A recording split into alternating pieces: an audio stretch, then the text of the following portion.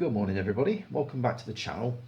Not really doing much of an update this week because I've not really done much in the way of viewing, watching movies, not really an awful lot to tell you. So I thought I'd do one of my little cop-out videos, which is basically a top 10 list.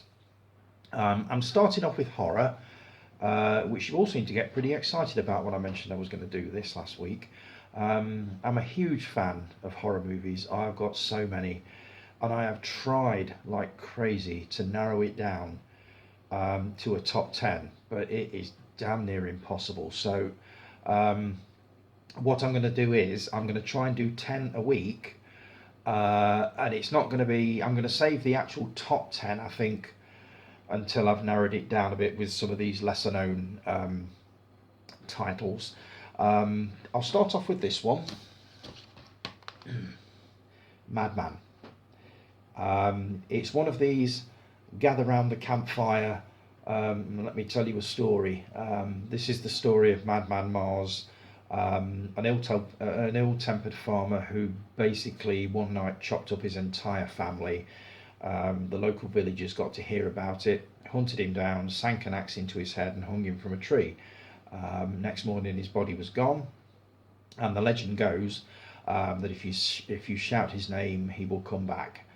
I thought it was very similar to The Burning in style. I believe it's based on the same urban legend that Cropsey, the mad crazy sod from The Burning, was derived from, and it is a very, very similar thing. Horror, so it's quite violent. Very well done though, quite low budget, but yeah, definitely worth a watch.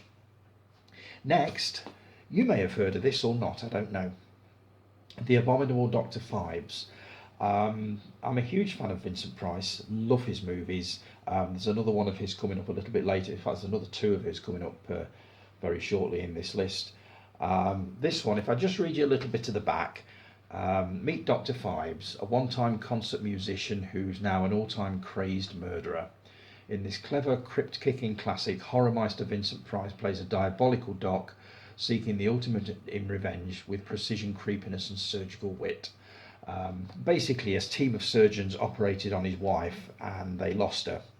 And he's basically getting revenge on the surgeons that performed the operation. Made in 1970 or 71, it's very early 70s. This was a standard on a Friday night. This cropped up at least once a year on Central, usually on a thread that they did called Appointment with Fear, which if you're old enough to go back to the 70s, you may just remember. This was always on a Friday night, about 10:30 after news at 10. And this was one of the ones that was pretty much regularly on that, alongside this one, Dr. Phibes Rises Again. Obviously they had to do a sequel because the first one was very, very successful. I believe this is more of the same. It predates a lot of the like the Omen movies, where it comes up with sort of inventive ways to kill people. I believe the sequel was actually better than the original. I'm not sure whose nose he's got up this time. Can't remember because I haven't seen it for quite a while. But I do love these movies and I really do need to watch them again just to catch up with those. Next one, Piranha. Directed by Joe Dante, who later went on to direct Gremlins. This was hot on the heels of Jaws, the 1975 Spielberg movie. This, I believe, was made around about 1977. It did the rounds on a double bill with Stephen King's Carrie, the Sissy Spacek movie. I remember it well, obviously because I couldn't get in to see it. I do remember coming home from school one night or from work and stopping by the Odeon and looking at the poster and thinking it was amazing and really wishing that I could get in to see this. When I did finally get to see it, which I believe was on, I think it was on ITV, they screened it one Christmas. I wasn't disappointed. It was really, really good. I wouldn't class it as a comedy horror, but it is a horror movie with a bit of a humorous streak running through it. Performances are good. The effects are very good for what they were. They remade this fairly recently. I think it was Piranha 3DD or something like that. Oh dear, yeah, not a patch on this. This was definitely much better. The remake was okay, but I mean, we did remakes last week, didn't we? We all know how they work out. They generally don't work out to be as well received as the originals, and this is one example of that. But yeah, I would highly recommend that if you like your monster movies. Next one, Hell Night. Linda Blair, post Exorcist. She wants to join a fraternity at a college, and to join this fraternity, they have to stay one night in this huge house known as Garth Manor, where a whole family was slaughtered many, many years ago by the son, Raymond Garth, and is still believed by a lot of people to be living somewhere within the house, even though they never actually found the bodies. I loved this. The first time I saw this and the first time I heard the story being told of what had happened in the house, it literally sent the hairs on the back of my neck standing up. It was really, really well done. This is full of jump scares. It is an excellent horror movie. It didn't get well received by the critics when it came out, but then what the hell does get received well by critics nowadays? But I thought this was superb, and I would definitely say this is worth 90 minutes of your time. Linda Blair is amazing in it. It's just a good, atmospheric, haunted house slasher type movie. Well worth it. Made about 1981, I believe, this one. So yeah, that's absolutely worth a look. Now I'm cheating a bit here because this is like 5 films, but just look at this. This is a DVD box set of the Amicus movies. There were a lot of these about in the 60s and early 70s. Amicus produced a lot of British horror movies. There were a lot of the portmanteau movies, the movies with sort of forced horror stories in one. I don't know whether there's any. Yeah, there's one on here, the Asylum, and also Dr. Terror's House of Horrors is on there.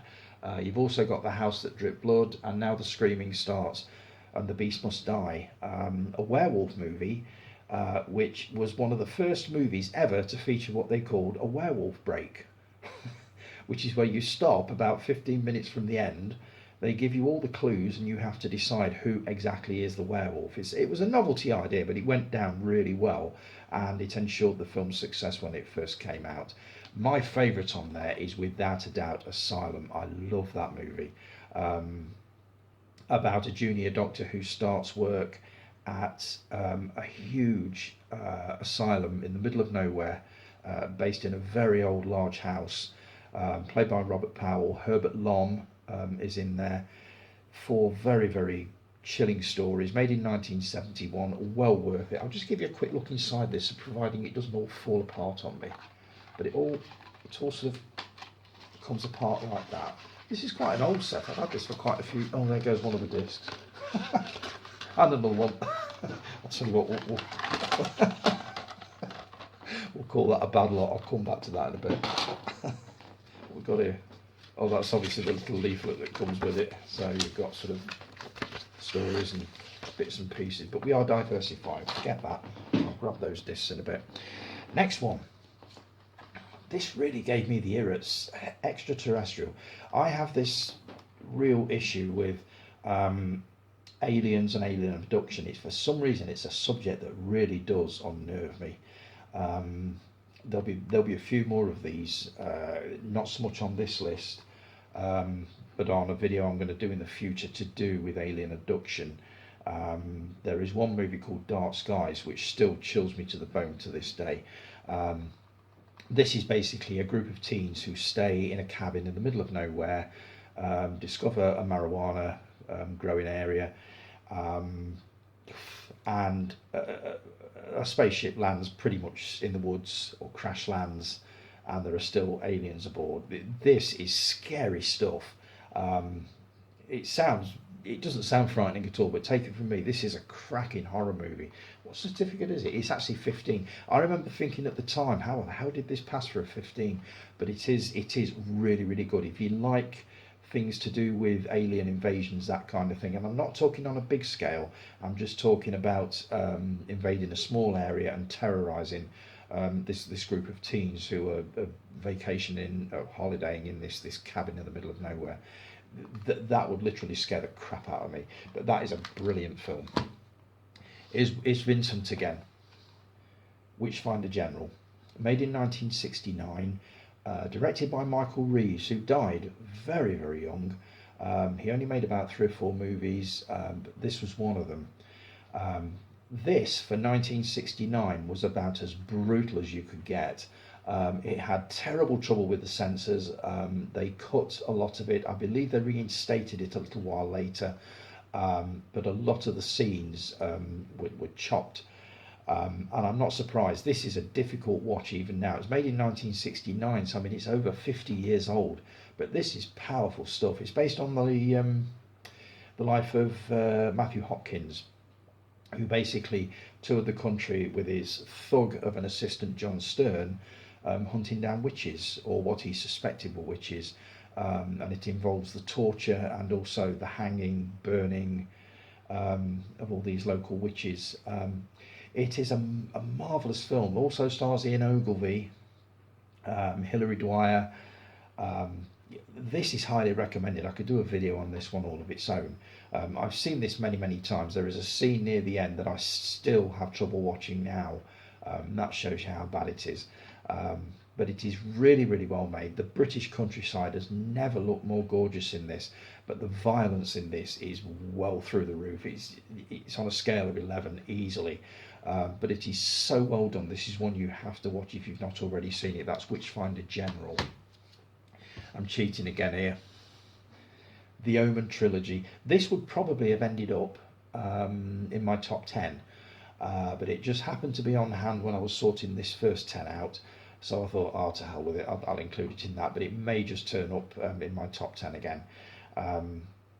You all know the stories behind these. The original Omen, directed by Richard Donner, starring Gregory Peck, Lee Remick, David Warner, Patrick Troughton.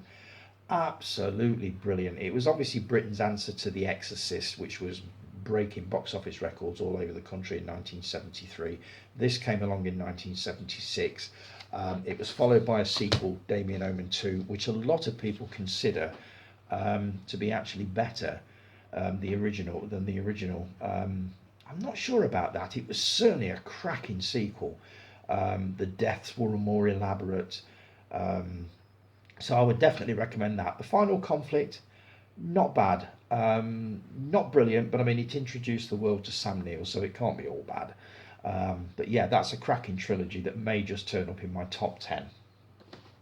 We're back to the 1970s again, with Vault of Horror and Tales from the Crypt. And again, these movies turned up regularly on The Appointment with Fear Strand on ITV back in the 70s. These are both portmanteau movies. They both got 3 or 4 stories, both excellently done. You've got stars like Joan Collins, Ian Hendry, Tom Baker is in these. Absolutely brilliant. I love these. I can never get enough of these. I've seen these both quite a few times, and I can quite happily watch them over and over again. That's Vault of Horror and Tales from the Crypt, the original Tales from the Crypt, not that Americanized version that came out in the 90s. Didn't like it. This was so much better. And finally, now this is another one that should have ended up in my top 10, and it may do just yet. The Texas Chainsaw Massacre. This is an exercise in pure madness and total terror. I remember first hearing about this many, many years ago, late 70s, and thinking, what the hell? I just remember hearing that it was banned throughout a lot of the country. It was given a limited release in London when it first came out. That was the only place pretty much that you could see it. It was also banned when it came out on VHS. I did see it before it was banned. This is an amazing film, but what most people don't realise is it is not as violent, as gory as they probably think it's going to be. It's one of those movies that shows a lot but shows very little, if you know what I mean. There are a couple of violent bits in there, but it is mostly the actual atmosphere of the film which makes it so frightening.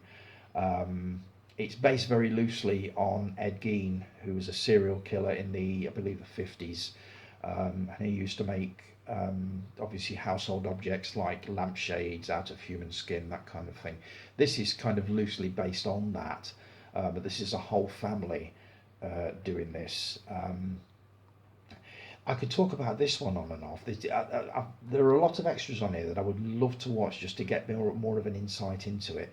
But this is legendary horror. 1974, directed by Toby Hooper, who went on to direct the TV version of Salem's Lot, which will also be turning up in this list at some point soon. But this, I think, is also going to make it into the top 10. This is amazing. I haven't seen it for quite a while, but I do remember it making quite an impact when I did see it. So, right, that's the first 10, folks. I'm now going to go and pick up all these discs that have gone all over the floor out of the Amicus box set. I'll be back next week with another 10 and with an update because I've had a few things through that you might want to see, including that wonderful Evil Dead box set that I was banging on about last week on Chit Chat. I've had that through. And a couple of other bits, but I'll do all that next week when I've watched a couple of movies and I can talk to you a little bit more. So have a great weekend, folks. Enjoy your Sunday, and I will talk to you all again next week. Thanks for joining me. If you've enjoyed the video, just give it a thumbs up, that'd be brilliant, and also subscribe, that would be amazing. Take care, folks, and I will talk to you all again next weekend. Bye bye.